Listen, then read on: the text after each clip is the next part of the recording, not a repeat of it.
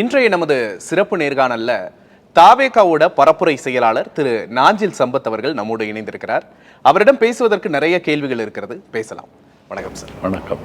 பாரம்பரியமுள்ள திராவிட கட்சிகளில் பயணிச்சிருக்கிறீங்க. இந்த நிலையில புதுசா வந்திருக்கிற ஜென்சிக்கள் அதிகம் இருக்கக்கூடிய தாவேகால உங்களோட பயணம் எப்படி இருக்கு? நல்லா இருக்கு. நல்லா இருக்கு. மகிழ்ச்சியாக இருக்கிறது, மன நிறைவாக இருக்கிறது, உற்சாகமாக இருக்கிறது. தொடர்ந்து இயங்க ஒரு உத்வேகத்தை எனக்கு தந்து கொண்டிருக்கிறது. என்ன வித்தியாசத்தை பார்க்குறீங்க அந்த பழம் கட்சிகளுக்கும் புதுசாக வந்திருக்கிற அந்த கட்சிக்கும்? இல்லை, இப்படி ஒரு கூட்டத்தை நான் இதுவரைக்கும் பார்த்ததில்லை.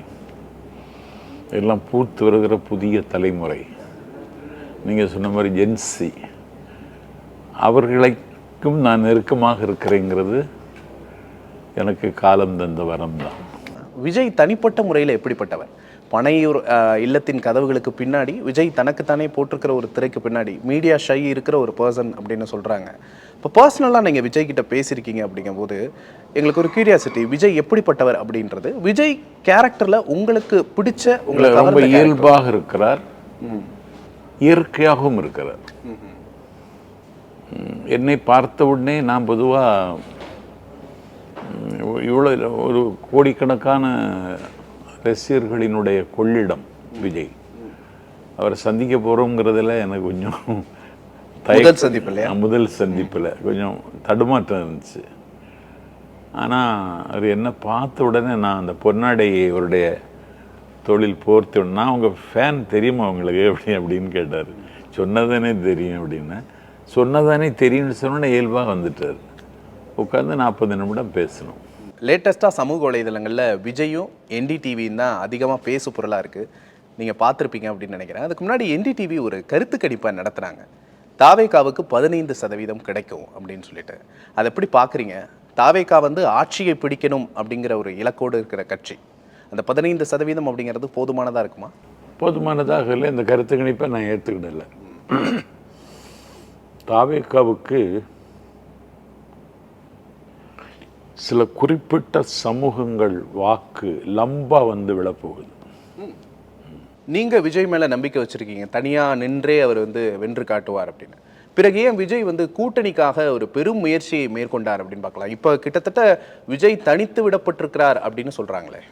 இல்லையே, அப்படி ஒன்றும் இல்லையே. தனித்து விடப்பட்டிருக்கிறார் என்பது திட்டமிட்டு செய்யக்கூடிய பிரச்சாரம். இல்லை, செங்கோட்டையனே சொல்றாரு, நாங்கள் யாரை கூட்டணிக்கு பேசினாலும் டெல்லி உள்ளே வந்துடுது அப்படிங்கிறாரு.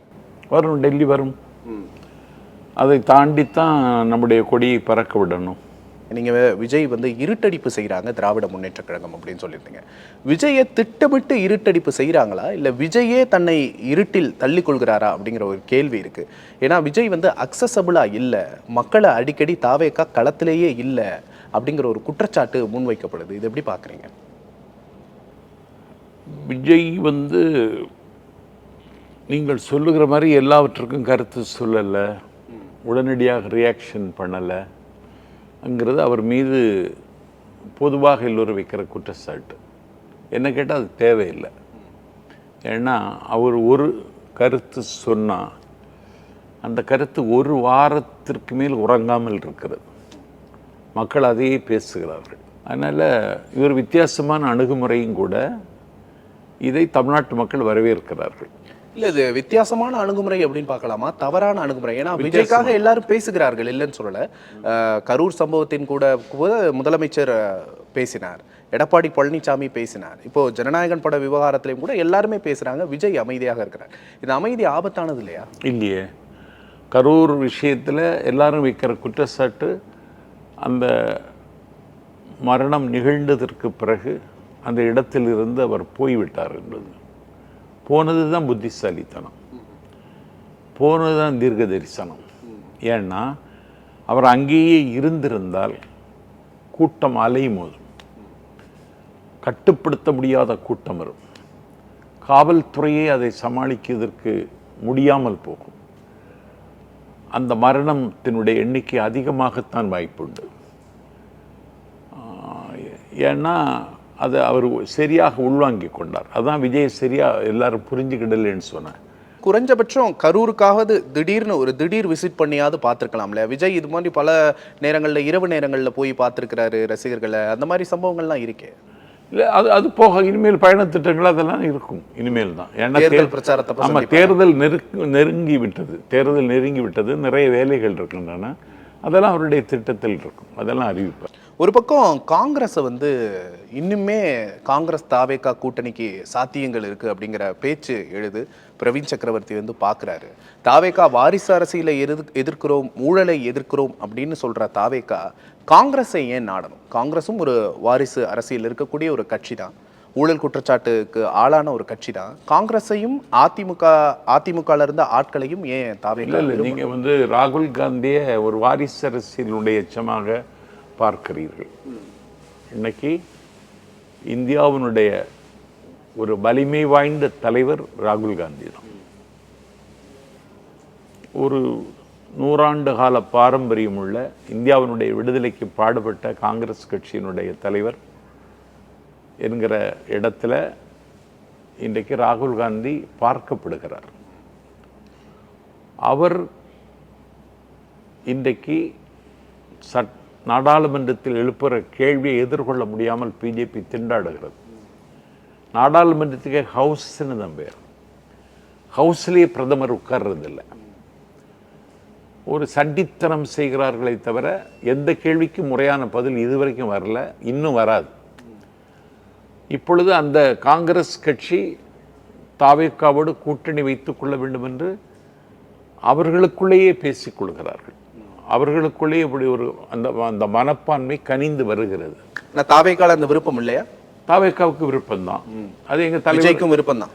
தலைவர் எங்க தலைவர் அறிவிப்பார். ஏன்னா அதற்கான சூழல்கள் கனிந்து வருவதாகத்தான் நான் பார்க்கிற. தலைவர் தான் அறிவிக்கணும். காங்கிரஸ் தாவேகா கூட்டணிக்கு சாத்தியங்கள் இருக்கு. இருக்கு. அதுக்கு காரணம் அண்ணன் திமுக கொள்கை பிரிவு செயலாளர் அண்ணன் ஜெகத் ரட்சகன். அவர் பாண்டிச்சேரிக்கு தேர்தல் பொறுப்பாளர்னு அறிவிக்கிறாங்க. அண்ணன் ஜெகத் ரட்சகன் அங்கே சேல்வர்கள் கூட்டத்தை நடத்துகிறார். சேல்வீர்கள் கூட்டத்தில் பேசிய திமுக நிர்வாகிகள் அனைவரும் 1986க்கு பிறகு திமுக இன்னும் இங்கே ஆட்சிக்கு வரவில்லை. அதனால காங்கிரஸ் திமுக கூட்டு பாண்டிச்சேரிக்கு பொருந்தாது. இல்லைன்னா பாண்டிச்சேரிக்காவது நீங்கள் விதிவிலக்கு பெற்று தர வேண்டும் என்று அண்ணன் ஜெகத் ரட்சகனுக்கு அந்த கூட்டத்திலே அழுத்தம் கொடுக்கிறார்கள். இது காங்கிரஸுக்கு மேலிடம் வரைக்கும் போய்விட்டது. அவங்க காங்கிரஸ் என்ன நினைக்கணும்னா, நார்த் இந்தியா முழுவதும் இன்னைக்கு பிஜேபி கையில் எடுத்துட்டாங்க. சவுத் இந்தியாவது நம்ம கையில் இருக்கணும்னு காங்கிரஸ் உளமாற விரும்புகிறது.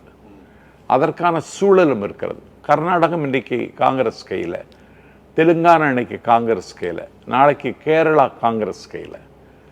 தென்னிந்தியாவில் மம்முட்டி, மோகன்லால் மாதிரி கேரளாவிலும் எங்கள் தலைவர் விஜய்க்கு செல்வாக்கு இருக்கிறது. அது ஆந்திரா, கர்நாடகா, தெலுங்கானாவிலும் அது பிரதிபலிக்கும். அதனால் காங்கிரஸ் திமுகவை நம்பினால், இல்லாவிட்டால் கூட்டணியை உறுதி செய்தால் தமிழ்நாட்டுக்கு மட்டும்தான் அதனால் பிரயோஜனம். ஆனால் சவுத் இந்தியா முழுவதும் தன்னுடைய கையில் இருக்க வேண்டும் என்ற காங்கிரஸினுடைய முடிவுக்கு எங்கள் தலைவர் முகமாகவும் இருப்பார், முதுகெலும்பாகவும் இருப்பார்னு அவங்க நம்புகிறாங்க. காங்கிரஸ் திமுக கூட்டணிங்கிறது ரொம்ப நாளா இருக்கிற ஒரு கூட்டணி. இந்த கட்சிகள் எல்லாம் விட்டு காங்கிரஸ் தாவேகாவை தேர்ந்தெடுத்திருக்கும் நினைக்கிறீங்களா? அவங்க ஜெயிக்க வேண்டாமா? இல்ல, தாவேகா கிட்ட என்ன ரிப்போர்ட் இருக்கு? இல்ல, நான் புதிய தலைமுறை உங்க சொல்லிடுறேன். திராவிட முன்னேற்ற கழகம் தோற்கும். திமுகவோடு கூட்டணி வைத்துக் கொள்கிற கட்சிகளும் தோற்கும். அது சரி, தாவேகாவுக்கு என்ன ரிப்போர்ட் இருக்கு? ஃபீல்டில் அவங்க பழைய தேர்தல்களை சந்திச்சிருக்கணும், இதுதான் எங்கள் வாக்கு வங்கின்னு காட்டியிருக்கணும். அது தெரியாமல் கண்ணை கட்டிக்கொண்டு காங்கிரஸ் வரும் அப்படின்றத எப்படி சொல்கிறீங்க? இல்லை, அப்படி ஒரு சூழல் அங்கே காங்கிரஸ் கட்சியில் உருவாயிடுச்சு. தாவேகாவுக்கு வந்தால் தாவேகாவுக்கும் லாபம், காங்கிரஸுக்கும் லாபம். இதில் என்ன இருக்கு? காங்கிரஸ் வந்தால் தாவேகா என்ன ஆஃபர் பண்ணுறதா இருந்தாங்க? யார் காங்கிரஸ் ஆஃபர் பண்ணுமா? இல்ல, காங்கிரஸுக்கு தாவேகா என்ன ஆஃபர் பண்றதா இருந்தாங்க? நீங்க இந்த பாண்டிச்சேரி இஷ்யூ சொன்னீங்க இல்லையா? அதுக்கு பிறகுதான் இந்த மாற்றத்துக்கான கரு அங்கதான் முளைச்சது. அதனால அந்த எண்ணப்போக்கில் தான் இந்த நிமிடம் வரைக்கும் காங்கிரஸ் இருக்கு. நாளைக்கு இது கனியலாம். இதை அறிவிக்க வேண்டிய தலைவர், அவ்வளவுதான். தலைவர் அறிவிப்பார் அப்படின்னு உறுதியா நம்புறீங்க? நான் நம்புறேன். திமுகவை எதிர்க்கிற போது பாஜகவும் அதிமுகவும் வலுப்பெற்று விடாதா? நீங்க அவங்கள கண்டுக்காம களத்துல அவங்கள எதிர்க்காம போனா மொத்தமா தானே களத்தை எதிர்க்கணும் நீங்க. உங்களுக்கு பாஜக அதிமுக கூட்டணி தோல்வியடை 3வது இடத்துக்கு வருவாங்க. ஏன்னா அங்க இன்னும் ஒட்டும் உறவும் ஏற்படலை. ஒரு தான் தோன்றித்தனமாக தடித்தனமாக நடந்து கொள்கிறார் உள்துறை அமைச்சர் அமித்ஷா. கூட்டணிக்கு சீஃப் ஏடிஎம்கே தலைவர் எடப்பாடி பழனிசாமி. என்ன கேவலம்னா, அந்த முடிவை அறிவிக்கிற இடத்தில் கூட எடப்பாடி பழனிசாமி இல்லை. ஐடிசி ஹோட்டலில் கூட்டணின்னு அறிவிப்பது எடப்பாடி அல்ல, அமித்ஷா. அந்த கூட்டம் நடைபெறுகிற பொழுது செய்தியாளரை சந்திப்பதற்கு முன்னால் பின்னாடி கொடி வச்சிருக்காங்க.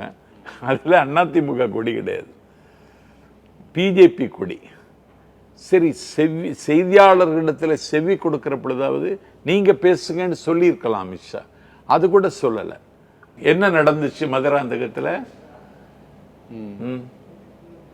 பிரதமர் என்ன சொன்னார்?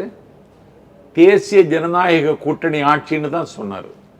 அதிமுக தலைமையில் ஆட்சின்னு சொல்லலையே. இல்ல, அதை எடப்பாடி பழனிசாமி மறுக்கிறார் இல்லையா? இல்ல, எடப்பாடி பழனிசாமி இருக்கிற மேடையில தாங்க இந்த அநியாயம் நடந்தது. எடப்பாடி பழனிசாமியை வச்சுக்கிட்டு தாங்க நாடாளும் பிரதமர் இப்படி சொல்றாரு. மறுத்தாரா எடப்பாடி? அதற்கு பிறகு மறுக்கலையே. ஒரே மேடையில 2 தலைவர்கள் கலந்து கொள்ளுகிற மேடையில இப்படி ஒரு அநாகரிகம் அரங்கேறுகிறது. அதற்கு அதிருப்தியை வெளிப்படுத்துவதற்கு முடிஞ்சதா? நேஷனல் டெவலப்மெண்ட் கவுன்சில்ல ஒலிபெருக்கி கையில் பேச ஆரம்பித்த உடனே மணி அடித்தார்கள். நேஷனல் டெவலப்மெண்ட் கவுன்சில் ஒரு சிங்கம் மாதிரி மூறி முழங்கி கொண்டு வெளியே வந்தாங்க ஜெயலலிதா. நீங்க எந்த எதிர்ப்பை தெரிவிக்கிற ஆண்மையும் முதுகலும் உங்களுக்கு இல்லையே. மதுராந்தகம் கூட்டத்திலே நாடு பார்த்தது இந்த அசிங்கத்தை. இல்ல, அதுக்கப்புறமா செய்தியாளர்களை சந்திக்கும் போது எடப்பாடி பழனிசாமி அதை தெளிவுபடுத்துறாரு. அதிமுக அறுதி பெரும்பான்மையோடு ஆட்சி அமைக்கும் அப்படிங்கிறத தெளிவுபடுத்துறாரு. இன்னைக்கு வரைக்கும் கூட்டணி விவகாரத்துல ஓபிஎஸ் டிடிவியை இணைக்கிறது வரைக்கும் எடப்பாடி பழனிசாமியின் பிடியில் தானே அந்த விஷயம்லாம் இருக்கு. எடப்பாடி பழனிசாமிக்கு பிடியில் இருக்குன்னா, நான் கேட்குற கூட்டணின்னா அதில் நீங்கள் இவரை சேர்க்குறீங்க, அன்புமணி ராமதாஸை. கூட்டணியில் இருக்கிற மேஜர் பார்ட்டி பிஜேபிக்கு அழைப்பு கொடுத்தீங்களா? அதில் இல்லையே. அதனால இன்னும் ஒட்டலை தம்பி. தமிழ்நாட்டு அரசியலில் ஒரு மாற்றத்தை மக்கள் எதிர்பார்க்கிறார்கள். அந்த மாற்றத்தை கொண்டு வருவதற்குத்தான் என்னை கனவுகள் காணுகிற பருவத்தில் என்னை ஆட்கொண்ட அண்ணன் வைகோ அவர்கள் மறுமலர்ச்சி திமுகவை தொடங்கினார். அது இன்றைக்கு தோல்வியில் முடிந்து விட்டது. இந்த கட்சி இருக்கிறதாங்கிறதுன்னு எனக்கு தெரியல. அதற்கு பிறகு அதை செய்வதற்குத்தான் 6000 ஏக்கர் உள்ள ஏக்கருக்கு அதிபதி கபில் செலம் கருப்பே மூப்பனார். ஒரு கடவுச்சீட்டு கூட பெற்றுக்கொள்ளாத ஒரு அற்புதமான தலைவர், இந்திரா காந்தியினுடைய அம்பாசிடர், தமிழ் மாநில காங்கிரஸை தொடங்கினார். இன்னைக்கு அந்த கட்சியை மிக குறைந்த விலைக்கு விற்றுவிட்டார் அவருடைய மகன். அதாங்க மிக குறைந்த விலைக்கு வித்திருக்காரு. வித்துட்டாருன்னு சொல்றீங்க? இல்லைன்னா இழந்துட்டார். அப்படி ஒரு கட்சி இல்லை இன்னைக்கு. அது மாதிரி அதே நோக்கத்தோடு தான் தேசிய முற்போக்கு திராவிடர் கழகத்தை தொடங்கினார் கேப்டன் விஜயகாந்த். இப்போது எந்த சுவரில் முட்டுவது என்று தெரியாமல் அந்த கட்சி தவிக்கிறது. இதே நோக்கத்தோடு தான் கமலஹாசன் மக்கள் நீதி மையத்தை தொடங்கி தொலைக்காட்சி பெட்டியை உடைச்சு டார்ச் எடுத்துட்டு வந்துட்டார். இப்பொழுது அறிவாலயத்தினுடைய தாழ்வாரத்தில் கமலஹாசன் தவம் இருக்கிறார். முடிஞ்சு போச்சு. இதற்குத்தான் சிங்கத்தமிழன் சீமான் வந்தார். அவர் என்ன ஆவார்னு தேர்தல் முடிவதற்கு முன்னாலே தெரிஞ்சிடும் நமக்கு. அப்படி ஒரு இடத்துக்கு வந்துட்டு. ஆகவே அரசியல் மாற்றம் என்று சொன்னவர்கள் எல்லாம் காலத்தால் களைத்து கரைந்து காணாமல் போனதற்கு பிறகு அரசியல் மாற்றம் மட்டுமல்ல சாத்தியம், ஆட்சி மாற்றமும் சாத்தியம் என்று சொல்லி ஒரு தலைவர் புறப்பட்டு வந்திருக்கிறார். ஒரே நேரத்தில் 2 அரசுகளை எதிர்க்கிற ஒரு பேர் ஆளுமையோடு தமிழ்நாட்டில் விண்ணுக்கு மண்ணுக்கும் விஸ்வரூபம் எடுத்திருக்கிறார் தளபதி விஜய். வருகிற காலத்தில் அதை நிரூபிப்போம். தாவேக்கா வந்தா இந்த மாற்றம் நடக்கும். இதை நாங்கள் அன்னைக்கு 25ஆம் தேதி சொன்னாரே, ஊழல் அற்ற ஒரு நிர்வாகம் நான் தருவேன், அதை நான் அனுமதிக்கவே மாட்டேன்னு சொன்னல, அதுவே இன்னைக்கு வாக்காளர் மத்தியில் பெரிய தாக்கத்தை ஏற்படுத்தி இருக்கிறது. ஊழலற்ற அவங்க சொல்லுவாங்களா இதை? இல்லை, ஊழலற்ற அப்படின்னா ஊழல் கட்சிகள்ல இருந்து வர்ற, இவங்க சொல்ற ஊழல் கட்சிகள்ல இருந்து வர்ற ஆட்களை சேர்க்கக்கூடாது, ஊழல் கட்சிகளை கூட்டணிக்கு அழைக்கக்கூடாது இல்லையா? யார் வேணா வரலாம், நம்மளை நம்பியும் வருவாங்க இல்லையா அப்படின்னு விஜய் சொல்றாரு. இல்லை இல்லை தம்பி, கூட்டணி வெற்றிக்காக எடுக்கிற வீகம் வேற, வெற்றிக்காக ஊழல் கட்சிகளை சேர்த்து இல்லை வெற்றிக்காக வகுக்கிற வீகம் வேற. ஆனா தலைவருடைய முடிவு ஊழலற்ற நிர்வாகத்தை தமிழ்நாட்டில் உத்தரவாதப்படுத்துவது. வெற்றிக்கான அடித்தளத்தையே நான் ஊழல்ல தான் போடுவேன் அப்படிங்கும்போது அந்த வெற்றி எந்த ஊழல்ல சொல்றீங்க? நீங்க சொல்ற மாதிரி நான் இப்ப கூட்டணி கட்சிகள் அரசியல்ல வீகம் வைக்கிறது வேறங்க. ஊழலற்ற ஒரு நிர்வாகத்தை தருவேன்னு சொல்லியிருக்க, அதுவே போதுமானது தமிழ்நாட்டு மக்களுக்கு.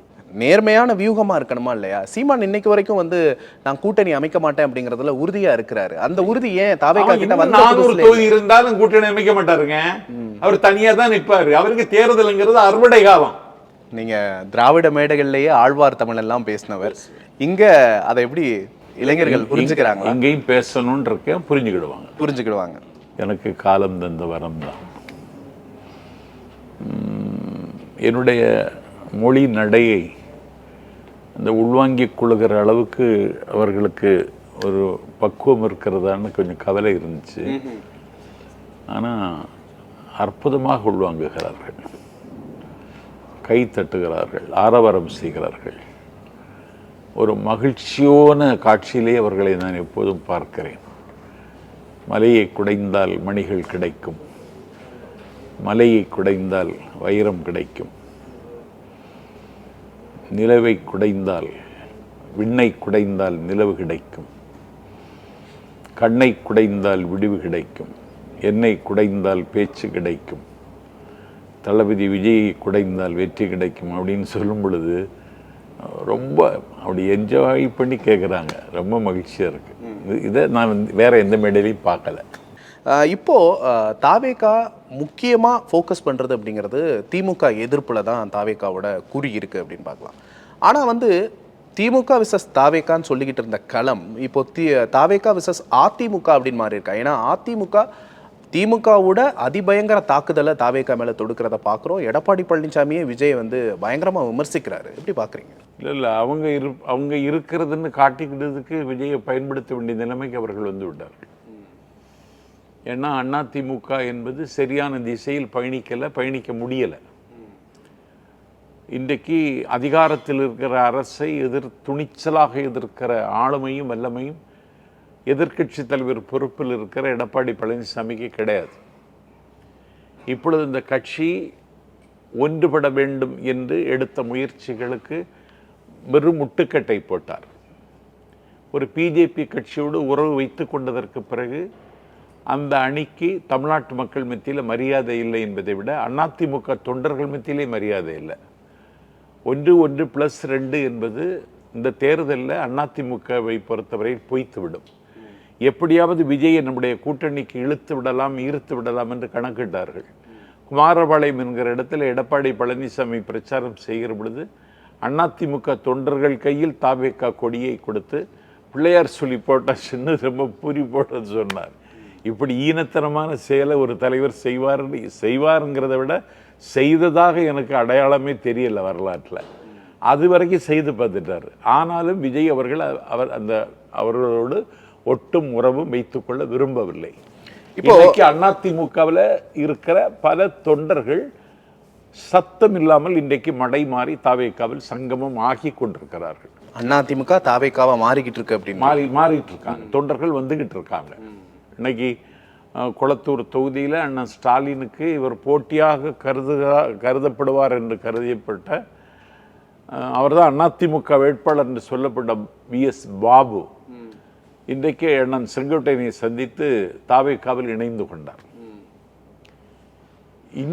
இனியும் பல பிரபலங்கள் வர இருக்கின்றன. மக்கள் தலைவர் எம்ஜிஆர் காலத்தில் சட்டமன்ற உறுப்பினராக இருந்தவர், ஒரு வாரியத்தின் தலைவராக இருந்தவர், வில்லிவாக்கத்தில்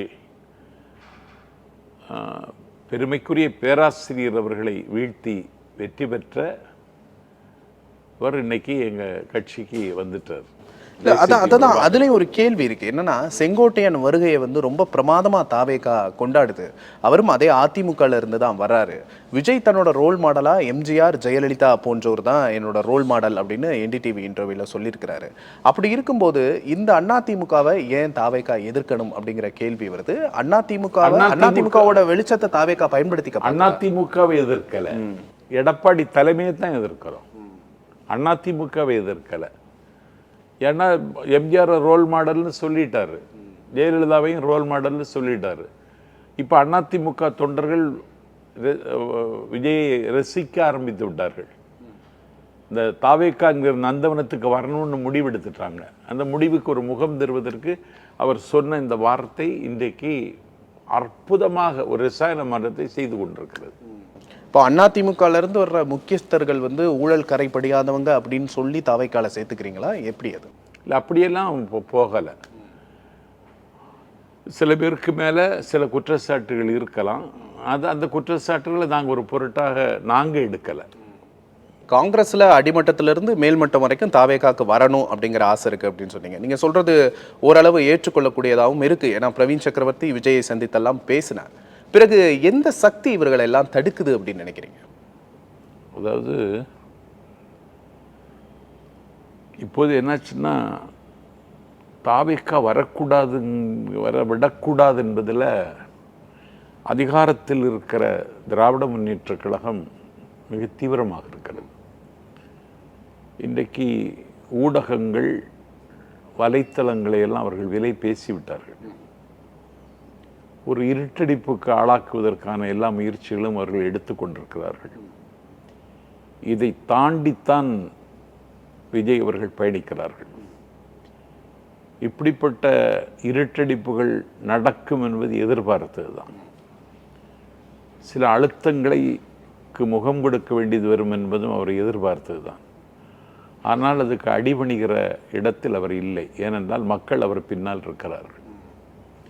அவருக்கு என்ன உங்களுக்கு ஏற்கனவே நிரூபித்தது மாதிரி உங்களுக்கு ஓட் பேங்க் இல்லைன்னு கேட்பாங்க. அது தேவையில்லை. வருகிற கூட்டம்தான் அதற்கு சாட்சி. நீங்கள் திமுகவுக்கு வடக்கு மண்டல மகாநாடு தீபங்கள் சிரிக்கிற திருவண்ணாமலைக்கு அருகில் நடந்தது. 1,35,000 இளைஞர்கள் வந்தார்கள் என்றார்கள். அந்த கூட்டமே அட்டர் ஃபெயிலியர். முதல்வருடைய பேச்சு ரசிக்கும்படியாகவும் இல்லை, ருசிக்கும்படியாகவும் இல்லை. வேற யாரையும் பேசவும் விடலை. அந்த 1,35,000 இளைஞர்கள் உட்கார்கிற நாற்காலியில் கொண்டு போய் எக்கு பஃப், மர்ஃபி, கடலை மிட்டாய், ரஸ்க்கு, ஜூஸு, தண்ணி இதெல்லாம் கொண்டு போய் இந்த 1,35,000 இளைஞர்களுக்கு உட்கார்ற நாற்காலியில் கொண்டு வச்சுருந்தாங்க.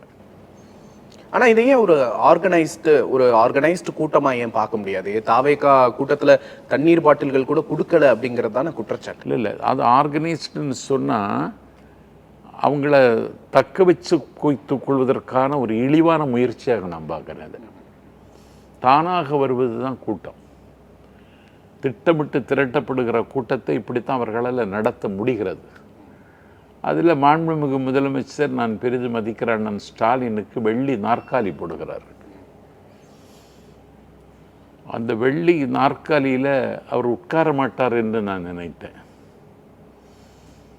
ஏன்னா நான் ஒரு சாமானியன். நான் ஒரு ரோட்டரி கிளப், லயன்ஸ் கிளப், கல்லூரிகளுக்கு பேச போனால் நான் உட்காருவதற்கு ஒரு ஸ்பெஷல் நாற்காலி கொண்டு போடுவாங்க. நான் எடுக்க சொல்லிவிடுவேன். எல்லாரும் உட்கார்றது மாதிரி ஒரு அதே மாதிரி சேர் போடுங்கன்னு சொல்லுவேன். அதில் அண்ணா ஸ்டாலின் உட்கார மாட்டார்னு நினச்சேன். உட்கார்ந்துட்டார். உட்கார்ந்தது மட்டுமல்ல, காலுக்கு மேலே கால் போட்டு அப்படி உட்கார்ந்தார். அன்றைக்கே நான் என்னுடைய நாட்குறிப்பில் எழுதினேன், எப்பொழுது வெள்ளி நாற்காலியில் உட்கார்ந்தீர்களோ அப்பொழுதே தமிழ்நாட்டின் முதலமைச்சர் நாற்காலி உங்களை விட்டு நகர தொடங்கி விட்டதுன்னு. இப்போ திராவிட கட்சிகளில் இது ஒரு பாரம்பரியம் தானே. வெள்ளி செங்கோல் கொடுக்கறதும் சரி, ஜெயலலிதாவுக்கு வெள்ளி வாள், தங்க வாள், கேடயம் போன்றவற்றெல்லாம் பரிசாக கொடுக்கறது ஒரு குறியீடு, ஒரு இல்லை. வெள்ளி நாற்காலி கொடுத்தது என்பது ஒரு 1000 ரூபாய்க்கு ஒரு வெள்ளி மூக்குத்தி வாங்கி அணிய முடியாத சபிக்கப்பட்ட தாய்மார்கள் வாழுகிற நாடு இந்த நாடு. நான் கிரெம்ளின் மாளிகையில் இருந்தாலும் சைபீரிய குடிமக்களை பற்றி கவலைப்படுகிறேன் என்னால் லெனின்.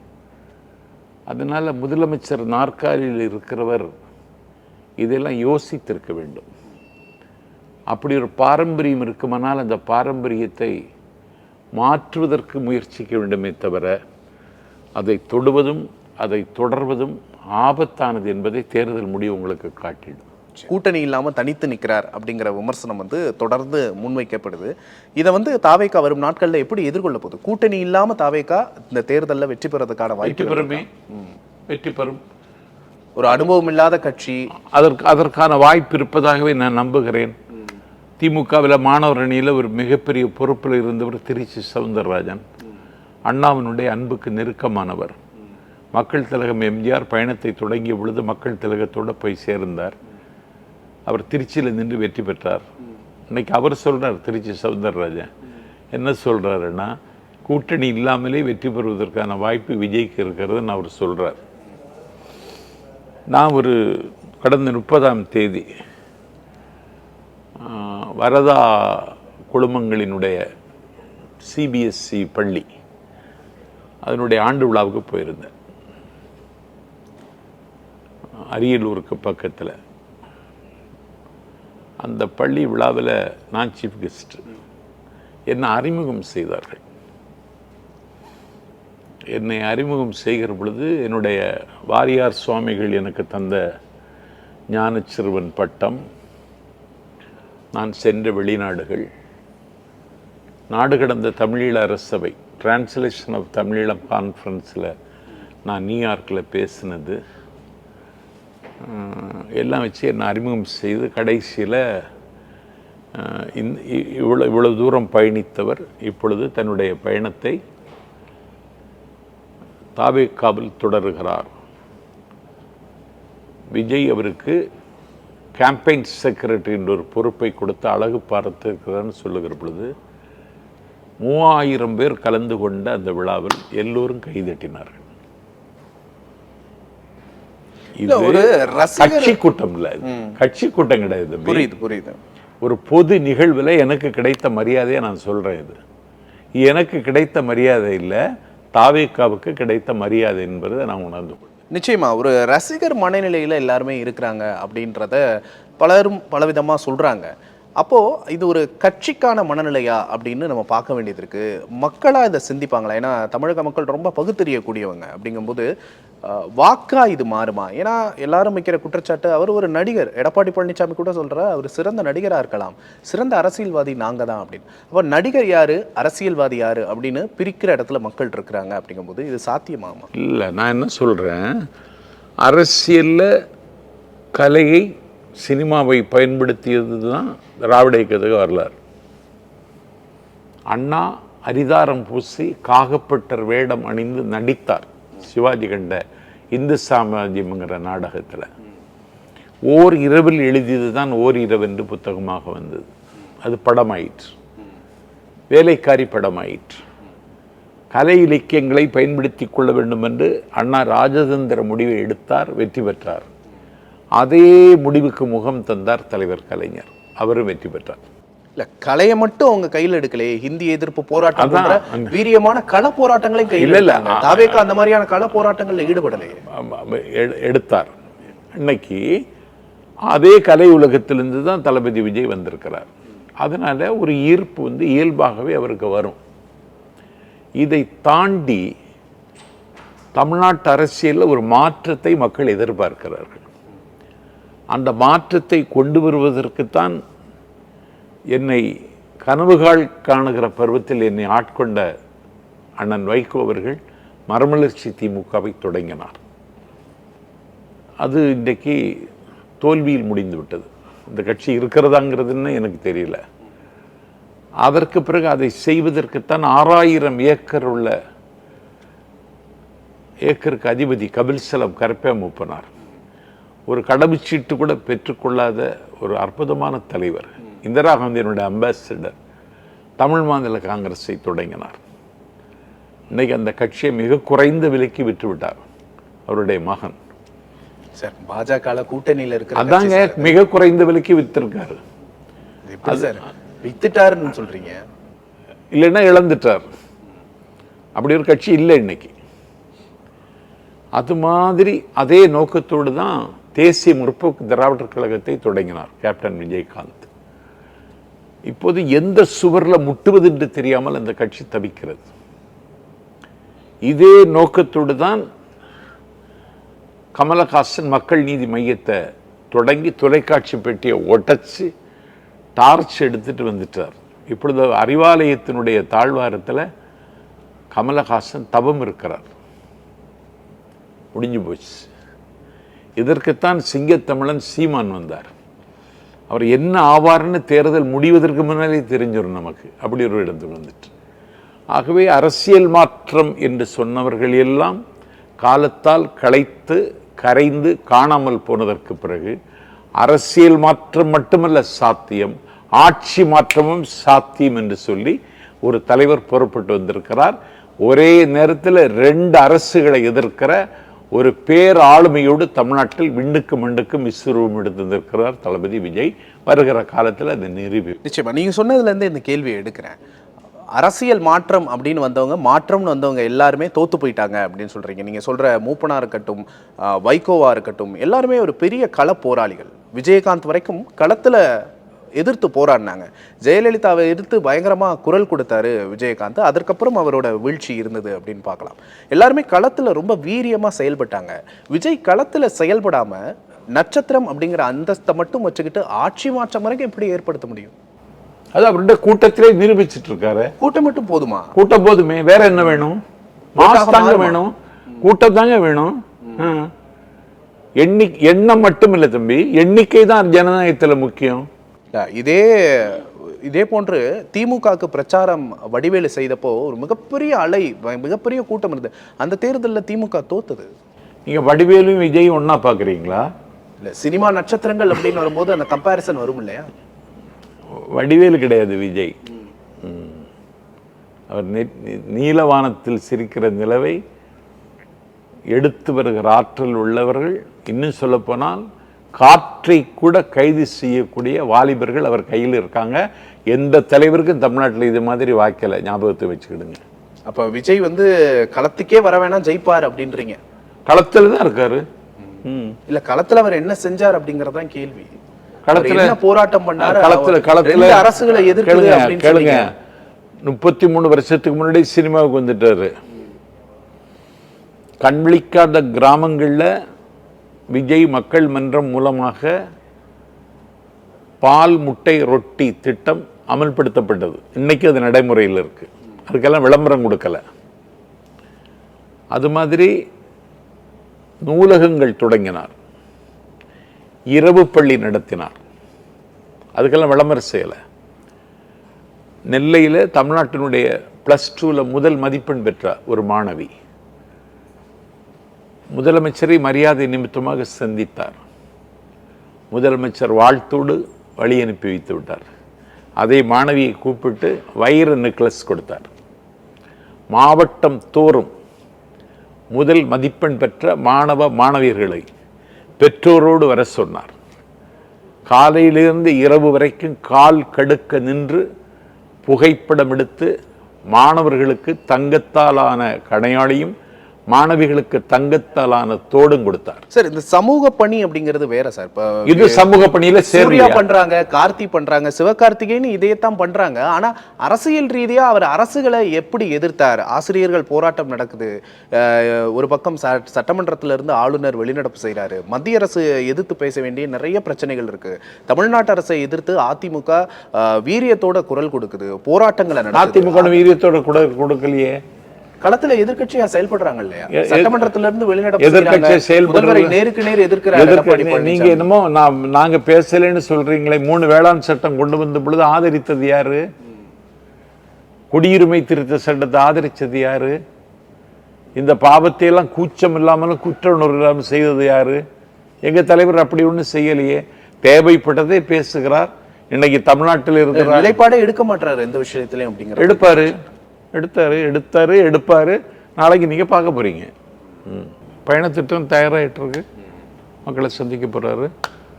வேட்பாளர் தேர்வும் ரொம்ப தாவேக்காக்கு சவாலா இருக்கும் அப்படின்னு சொல்லப்படுது. வேட்பாளர் விஜய் அப்படிங்கிற முகத்துக்கு இருக்கிற பவர் வேற. நீங்க சொல்ற மாதிரி அந்தந்த தொகுதியில ஒரு வேட்பாளரை பிடிக்கணும் இல்லையா? திமுக அதிமுகக்கு போட்டியா?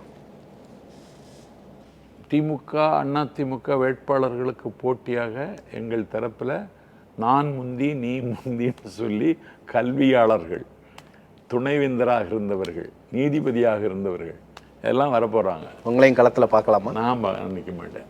ஏன்? இல்லை, எனக்கு அந்த மனநிலையில் நான் இல்லை.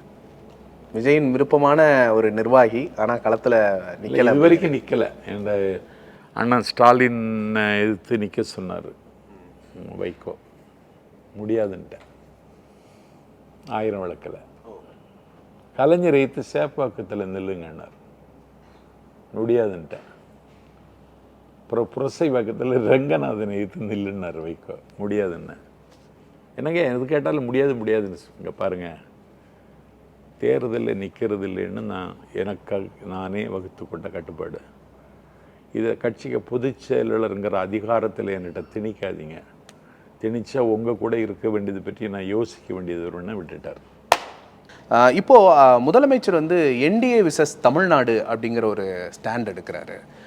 அதிமுக நாங்கள் தான் திமுகவுக்கு மாற்று அப்படிங்கிறாங்க. தாவேகா தன்னை எப்படி பொசிஷன் பண்ணிக்குது? இல்லை, திமுகவுக்கு மாற்று அதிமுகவாகத்தான் இருந்தது. அந்த நிலைமையை இன்றைக்கு மாற்றி இருக்கிறார் தளபதி விஜய். ஏன்னா திமுக தவிர இன்னொரு கட்சி தமிழ்நாட்டில் ஊடுருவி விடக்கூடாது என்பதில் 2 கட்சியும் அக்கறை காட்டுகிறது, கரிசனம் காட்டுகிறது. அதுக்கு நிறைய காரணங்கள் இருக்குது. அதை இப்போ நான் சொல்ல விரும்பலை, அதுக்கு நிறைய நேரம். ஆனால் இன்னைக்கு அதுக்குள்ள ஊடுருவி இன்றைக்கு தாவேகாவுக்கும் திமுகவுக்கும் போட்டி என்கிற இடத்திற்கு தமிழ்நாட்டு அரசியல் களத்தை கொண்டு வந்திருக்காரு பாருங்க. இதுதான் பெரிய வெற்றி. ஒரு மிகப்பெரிய தலைவர் ஜெயலலிதா இல்லாமையே எதிர்கட்சி அப்படிங்கிற அந்தஸ்தை பிடிச்ச கட்சி அதிமுக. அப்படி இருக்கிற ஒரு கட்சியை அவ்வளோ ஈஸியாக தட்டி விட்டு தாவேகா அந்த இடத்துக்கு வந்துடும். எடப்பாடி தலைமை வந்ததற்கு பிறகு அதிமுக நிலைமை என்னாச்சு தம்பி? அவர் வந்ததுக்கு அப்புறம் எதிர்கட்சி தலைவராக வந்தார். எதிர்கட்சி தலைவராக வந்தார். யார் தேவையில வந்தாரு? யார் வந்திருக்கணும்? கட்சியினுடைய ஒருங்கிணைப்பாளர்னு சொல்லி எடப்பாடி ஓ பன்னீர்செல்வம் இருக்கும் பொழுது இவர் எப்படி முதலமைச்சராக வந்தார்? எதிர்கட்சி தலைவர் என்கிற அந்தஸ்துக்கு எப்படி எடப்பாடிக்கு கிடைத்தது? யார் தேவையில் கிடைச்சது? 4 வருஷம் ஜெயலலிதாவினுடைய மறைவுக்கு பிறகு ஆட்சி நடத்தினால் யாருடைய தேவையில் இந்த ஆட்சி நடந்தது? எல்லாம் பிஜேபி தெய்வனால தான். ஒரு மாநிலத்தில் செல்வாக்கோடு இருக்கிற கட்சியை கட்சிக்குள்ளே ஊடுருவி உடைத்து உருக்குலைத்து அந்த இடத்தில் வந்து குந்திக் கொள்ளுகிற கட்சிக்கு பேர் தான் பிஜேபி. அதற்கு விலை போனது தமிழ்நாட்டில் அதிமுக என்பதுதான் வரலாறு. நாளைக்கு தெரிஞ்சிருது. சார், நீங்கள் பிஜேபியும் சேர்த்தே நீங்கள் கடுமையாக விமர்சிக்கிறீங்க, ஆனால் விஜய் விமர்சிக்க மாட்டாரு. அவர் அப்படி விமர்சிக்கிறவர் இல்லை. ஏன் என்ன காரணம்? தேர்தல் நெருங்கிட்டு இது நான் விமர்சிக்கிறேன் தம்பி. இதுதான் நடந்த உண்மையை நான் சொல்றேன், அவ்வளவுதான். இப்போ தாவேகா அதிமுக திமுகவை தவிர்த்து தாவேகாவை ஏன் மக்கள் தேர்ந்தெடுக்கணும் அப்படிங்கிறது உங்களோட பாயிண்ட் ஆஃப் வியூல இருந்து சொல்லுங்க. இந்த ஆட்சி அப்புறப்படுத்தணும்னா தாவேகாவை தேர்ந்தெடுத்தாக வேண்டும். மக்களுக்கு வேற வழி இல்லை. வேற வழி இல்லாம தான் தாவேகாவை தேர்ந்தெடுக்கணும். முன்வைக்கிற வாக்குறுதிகளும் கொள்கைகளும் மக்களுக்கு வேற வழி. வாக்குறுதிகளை தயார் பண்ணிட்டு இருக்கோம், தேர்தல் வாக்குறுதி தயாரிச்சுட்டு இருக்கோம். இங்க பாருங்க, மருத்துவர்கள் இன்னைக்கும் போராடிட்டு இருக்காங்க. அரசு மருத்துவர்கள் கொரோனா காலத்துல மருத்துவர்கள் தன்னுடைய உயிரை விலை கொடுத்துத்தான் வேலை பார்த்தார்கள். ஒரு மருத்துவருக்கு 2000 பேஷண்ட் இருப்பாங்க. திருத்தணிக்கு அருகில் பள்ளிப்பட்டு, திருவள்ளூர் மாவட்டம், அங்கு ஒரு அரசு மருத்துவமனையில் பணியாற்றுகிறார் டாக்டர் விவேகானந்தன். அவருடைய மனைவி சொல்லுகிறார், எல்லா மருத்துவர்களும் விடுபடுத்தி கொண்டு தான் இந்த வேலை பார்க்குறாங்க, டிஸ்டன்ஸை மெயின்டைன் பண்ணுறாங்க. நீங்கள் நோயாளியை அணுகுகிறீர்கள் என்பதை விட நெருங்குகிறீர்கள். இதை தவிர்த்து 2 மாதம் நீங்கள் லீவ் போட்டுட்டு வாங்கன்னு மனைவி சொல்கிறாங்க. இந்த நேரத்தில் தான் பணியாற்றணும்னு சொல்லிட்டு அவர் பணியாற்றுகிறார். கொடுமை என்னென்னா, அதே கொரோனாவுக்கு அவர் பலியாகிவிட்டார். கொரோனா காலத்தில் மறைந்த அந்த மருத்துவருக்கு இந்த அரசு வந்ததற்கு பிறகு அவருடைய மனைவி, அவங்க பிடெக் பட்டதாரி, எனக்கு ஒரு வேலை போட்டு தாங்கன்னு கேட்குறாங்க. இதுவரைக்கும் செய்யலை. மருத்துவர்கள் தொடர்ந்து அரசின் கவனத்துக்கும் அரசின் கதவை தட்டி கொண்டிருக்கிறார்கள். மருத்துவம் சார்ந்த அந்த துறையினுடைய அமைச்சர் அப்படி வேலை கொடுக்க முடியாது, அவருக்கு 2 மனைவிகள்ங்கிறார். அப்போ இந்த மந்திரி என்ன வேலை பார்த்தாருன்னு நமக்கு இப்போ தெரியுது. அப்படி ஒன்றும் இல்லைன்னு அவங்க நிரூபிச்சிட்டாங்க. இதுவரைக்கும் உங்கள்கிட்ட பேட்டி நீங்கள் என்ன கேள்வி கேட்குறது இதுவரைக்கும் கொடுக்கல. இப்பொழுது அவர்கள் நீதிமன்றத்தின் கதவை தட்டுகிறார்கள். இப்படி எல்லா துறையும் இன்றைக்கு தமிழ்நாட்டில் தூர்ந்து போயிருக்கிறது. எல்லா துறை அது விலாவாரியாக புள்ளி விவரத்தோட வருகிற நாட்களில் நாங்கள் பதிவு செய்ய போகிறோம். மக்கள் எங்களுக்கு வாக்களிப்பார்கள். இல்லை, அதை தாண்டி தாவேக்காக்குன்னு ஒரு செயல் திட்டம் இருக்கணும் இல்லையா? தாவேக்கா வந்தால் இந்த மாற்றம் நடக்கும், இதை நாங்கள் செயல் அன்னைக்கு 25ஆம் தேதி சொன்னாரே, ஊழல் அற்ற ஒரு நிர்வாகம் நான் தருவேன். விஜய் எந்த தொகுதியில் போட்டியிட போகிறார், உங்களுக்கு ஏதாவது தகவல் தெரியுமா? 234 தொகுதியில் அவர் நிற்க வேண்டும் என்று தொண்டர்கள் விரும்புகிறார்கள். கருத்து பகிர்வுக்கும் வருகைக்கும் நன்றி. நன்றி ராஜா.